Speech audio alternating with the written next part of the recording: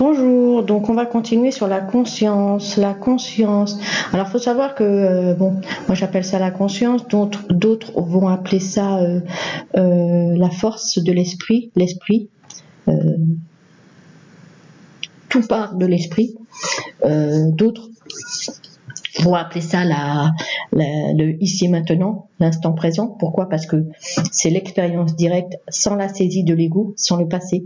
C'est vraiment dans le présent. Ensuite, d'autres vont appeler ça le mental, le fort mental. J'ai un mental, pas le mental de l'ego, le scénario, mais le fort mental. Voilà. Ce qu'il faut comprendre, c'est que dans les événements de vie, le non-consentement est de l'ego. L'ego refuse, il juge, il critique, il met dans des cases, il met des étiquettes. Vous voyez, l'ego, c'est vraiment, il refuse tout ce qui est. Donc, si vous voulez, quand il y a des événements douloureux, etc., eh ben, effectivement, la souffrance peut devenir un enfer toute sa vie. La souffrance psychologique, c'est la souffrance de l'ego, qui rajoute de la souffrance à la souffrance légitime qu'il peut y avoir, par exemple, dans un deuil. Un deuil, il y a de la souffrance, je veux dire, c'est inévitable. Mais c'est pas une souffrance qui va durer toute une vie dans la culpabilité, la colère, j'aurais dû, pourquoi, nanana, nananer, vous voyez? Parce que le problème de cette souffrance, c'est que ça ne permet pas justement de s'en sortir. Ça ne permet pas de trouver des solutions en nous, justement, pour essayer de s'en sortir de cette souffrance. Et si vous voulez, ça ne permet pas de retrouver aussi des ressources suffisantes pour répondre à nos besoins, nos désirs, voyez, nos projets, nos rêves, entre guillemets. C'est comme si, là-dedans, ça s'est bloqué. Il y a un blocage qui se fait dans le cerveau. On n'arrive plus à se sortir de cette souffrance. Et ça, c'est la souffrance de l'ego, justement. Je vais vous donner un exemple, mais il fut un temps où j'ai vécu un deuil de quelqu'un de très cher, et j'ai mis 10 ans, voire même plus, à m'en sortir, quoi, de cette souffrance. Même si avant il y avait déjà de la souffrance, mais je veux dire, j'ai mis plus de 10 ans à m'en sortir, quoi. Si on peut dire que vous en sortez, parce que ça écrase, les épreuves vous écrasent, si vous trouvez pas des solutions pour rebondir. Transformer sa souffrance en quelque chose de positif, c'est ça aussi, le but. Et si vous voulez, eh bien oui. Alors après ça, j'ai vécu un deuil d'un être cher également. Ben là, j'ai mis 3 ans, 4 ans. Vous voyez la différence? Alors, la souffrance, elle est là, mais c'est pas la même souffrance. Vous voyez ce que je veux dire? C'est pas de la souffrance quelque part. Vous voyez, on se sort justement de cette souffrance pour essayer de transformer ça en quelque chose de positif, justement. C'est très important de comprendre ça, justement, dans les événements de vie, etc., dans les épreuves que l'on traverse, etc. Je vais vous donner un autre exemple qui est très parlant aussi. Et ça, je vais vous dire des exemples, j'en ai à l'appel. J'ai frappé quand même à pas mal de portes, la religion, la psychologie, etc., l'analyse, bref. Le chercheur cherche, il est en quête de vérité. C'est un peu le philosophe. Et donc, il fut une période de ma vie où justement, j'allais à l'église. J'allais à l'église, je priais, et j'avais un rituel, c'était d'allumer un cierge, voilà. Et parce que j'avais cette conscience dans cette quête justement de recherche de vérité en quelque sorte, j'avais cette conscience, malgré que j'étais dans la souffrance, dans une souffrance énorme, j'avais cette conscience, parce que c'est quand même une souffrance, il faut comprendre, qui est inconsciente, c'est de l'ordre de l'inconscient, mais je me disais quand même, c'est pas possible, je veux dire, cette vie ne peut pas se résumer que à de la souffrance, il doit y avoir autre chose, c'est pas possible. Je me disais non, quoi. Et donc, je priais, j'allumais un cierge, je regardais cette lumière et cette lumière de la bougie et je demandais à Dieu, je lui disais, je veux voir, il doit y avoir autre chose, je veux voir.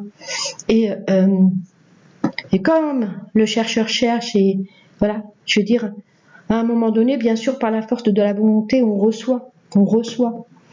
Et donc, j'avais cette habitude de participer à la messe après, et donc j'étais en la messe, et d'un coup, ben, effectivement, j'ai eu cette espèce de lumière qui rayonnait de la bougie, et j'ai eu cette réponse qui me disait justement, mais tu es la lumière que tu cherches à l'extérieur de toi. Veut dire, tout est en toi, tout est déjà là. Et moi qui cherchais toujours à l'extérieur de moi, ben effectivement, c'était un peu une révélation, d'où ce cheminement intérieur, parce qu'après j'ai commencé à faire un chemin intérieur. Vous voyez, c'est complètement différent. Et effectivement, il n'y a pas la vie, et vous êtes cette vie en totale et pleine conscience et responsabilité également. Je veux dire, les autres ne sont pas responsables de vous. Et d'où cette phrase justement qui dit « Connais-toi toi-même ». Aie la connaissance de toi toi-même. Voilà. Et c'est ce qui fait quand même toute la différence. Je veux dire, faites votre propre recette du bonheur vous-même. N'attendez rien des autres. Parce que ça crée le manque. Et ça vient de l'ego. Hein. Ça sépare. N'attendez rien des autres. Créez vous-même votre petite recette du bonheur, votre petite cuisine intérieure. Vous voyez ce que je veux dire? Quand il y a des blocages, pourquoi ça bloque? Qu'est-ce que ça réveille en vous? Vous voyez, quand on n'arrive plus à avancer, quand on sent qu'on a un mal de vivre, pas possible, etc. Allez consulter aussi quand vraiment ça devient pathologique, etc. Quand il y a des peurs, pour moi, si vous voulez, c'est pareil, mais l'émotion, c'est le corps qui reçoit. La charge émotionnelle du passé, quand il y a les peurs, etc., les phobies, etc., le corps reçoit, voyez. Soyez l'observateur qui voit, en fait, des exemples. Il y en a plein, mais quand on n'arrive plus à respirer, voyez, quand derrière ça se cache des angoisses, quand on a le mal de dos, mais quand c'est des problèmes qui sont sur le corps, mais qui sont récurrents, hein, voilà. Allez chercher la cause. Qu'est-ce qui fait que ça réveille des douleurs, etc. Ne pas fuir dans sa tête, parce qu'on est tous pareils. Hein, l'être humain va toujours trouver des stratégies un peu bancales, hein, pour fuir. Hein, c'est facile. Hein. Malheureusement, ça nous rattrape. Ça, c'est inévitable. Et quand ça nous rattrape, ça tape encore plus fort, bien souvent. Et on va fuir dans des addictions, la bouffe, l'argent. On fuit. Hein. On veut pas voir. On veut pas mettre le nez là-dedans, quoi, en fait, si vous voulez, dans nos blessures, etc. Le cheminement, il faut savoir aussi que le cheminement, effectivement, c'est pas tout beau tout rose. Hein. Il y a des périodes qui sont très difficiles parce que effectivement, ça va réveiller en nous des traumas, souvent inconscients, mais qui sont là. Hein. Et ça réveille aussi des mécanismes justement aussi bien physiques que psychiques. Hein. Quand on est dans des périodes comme ça, effectivement, il y a effectivement des douleurs physiques qui peuvent réapparaître, etc. Mais après, ça disparaît justement. Ça disparaît.